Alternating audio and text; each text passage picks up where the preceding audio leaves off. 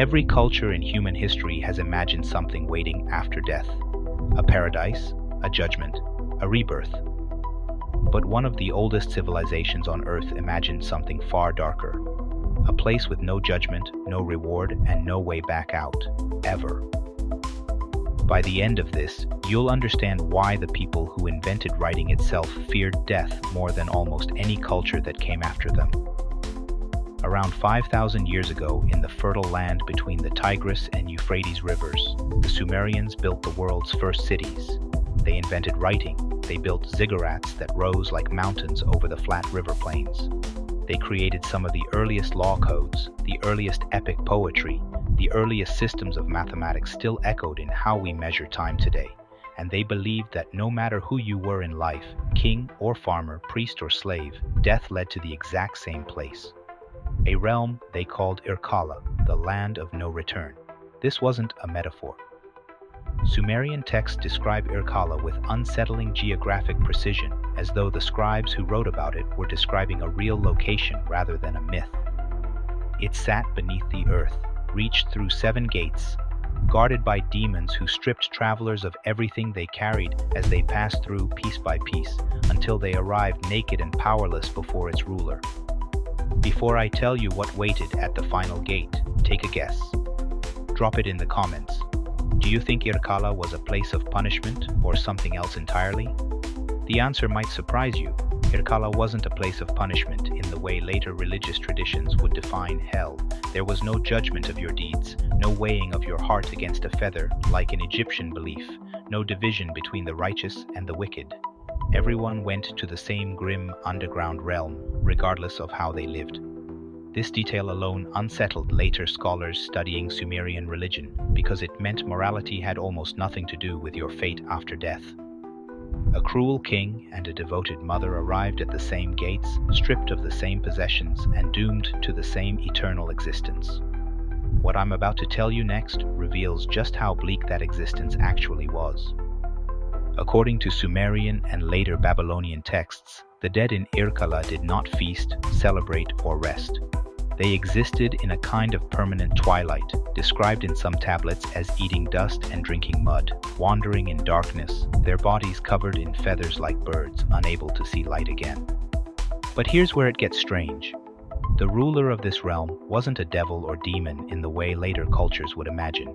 It was a queen, Ereshkigal, goddess of the underworld, ruled Irkalla with absolute and often terrifying authority. Unlike the gods of the sky and the living world above, she governed a domain that even other gods feared to enter. And then they found something else entirely, because one of the most famous myths to survive from ancient Mesopotamia describes exactly what happened when a goddess did try to enter Irkalla uninvited. The myth of Inanna's descent tells the story of Ereshkigal's sister, the goddess of love and war, deciding to travel into the underworld, possibly to attend a funeral, possibly to seize power from her sister. The details vary across surviving tablets, but what happens next remains consistent across every version. At each of the 7 gates guarding Irkalla, Inanna was forced to remove one article of clothing or jewelry: her crown, her jewels, her royal robes.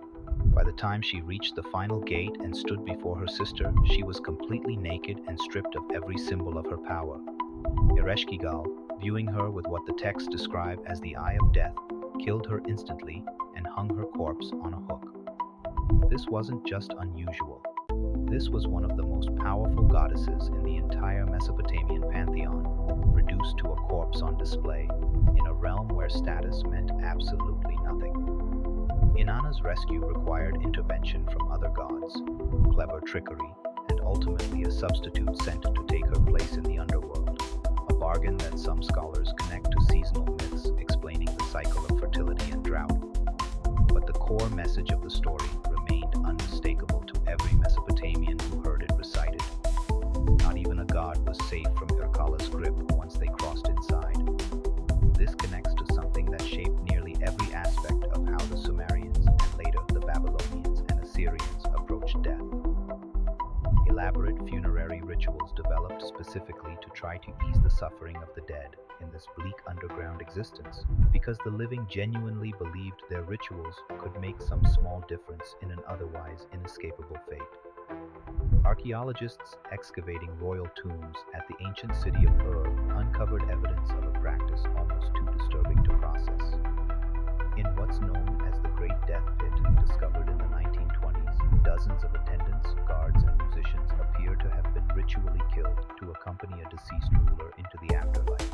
Their remains were found arranged in orderly rows, some still wearing jewelry and headdresses, suggesting the deaths may have been carried out through some form of ritual poisoning rather than violent execution. The scale of this discovery stunned archaeologists at the time. This wasn't a myth or a legend passed down through storytelling. This was physical, undeniable evidence that entire households of people were sent into death alongside their ruler, based on a belief system where the underworld demanded company for even the most powerful figures who entered it.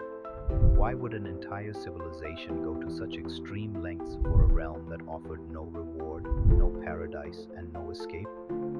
The answer lies in something deeper than simple fear. It reflects an entire worldview built around the idea that death was not an ending to be celebrated or transcended, but a diminishment to be endured. Life above ground, with its sunlight, its rivers, its cities and marketplaces, was the only place anything resembling meaning or vitality could exist.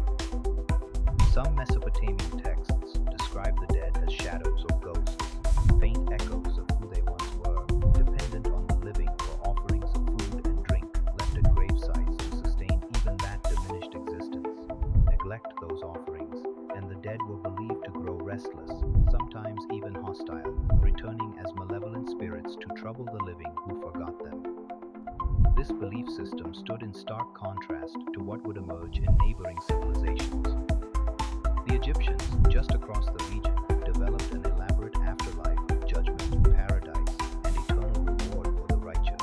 Later religious traditions across the ancient world would build entire moral frameworks around the promise of a better existence after death. But Mesopotamia, the civilization that arguably invented the very concept of written law and structured society, offered its people nothing to strive toward beyond the grave. No heaven, no reward for virtue, just Irkalla, waiting patiently beneath the earth for absolutely everyone, regardless of how they live their lives above it. Here's the detail almost nobody talks about. Some scholars argue this bleak vision of the afterlife may have actually shaped Mesopotamian culture in a profoundly different direction than religions promising eternal reward. If nothing awaited you after death except an eternity of dust and shadow, then everything worth achieving, worth building, worth remembering, had to happen here in the world of the living. Some historians connect this worldview directly to why Mesopotamian civilization pursued such extraordinary achievements in writing, law, architecture, and record-keeping. Immortality wasn't found in a paradise beyond death. It was found in being remembered by name, carved into a tablet, recorded by the very writing system this civilization had invented. Fragments of this belief system would go on to influence later religious traditions across the region in ways historians are still tracing today. Some scholars have drawn direct comparisons between Irkalla's 7 gates and later descriptions of the underworld found in Greek mythology, and even trace loose thematic echoes as far as later Abrahamic concept of Sheol, an early Hebrew vision of the afterlife that similarly describes a shadowy, undifferentiated realm of the dead rather than a place of reward or punishment. So the real question isn't whether the Sumerians got the afterlife right or wrong.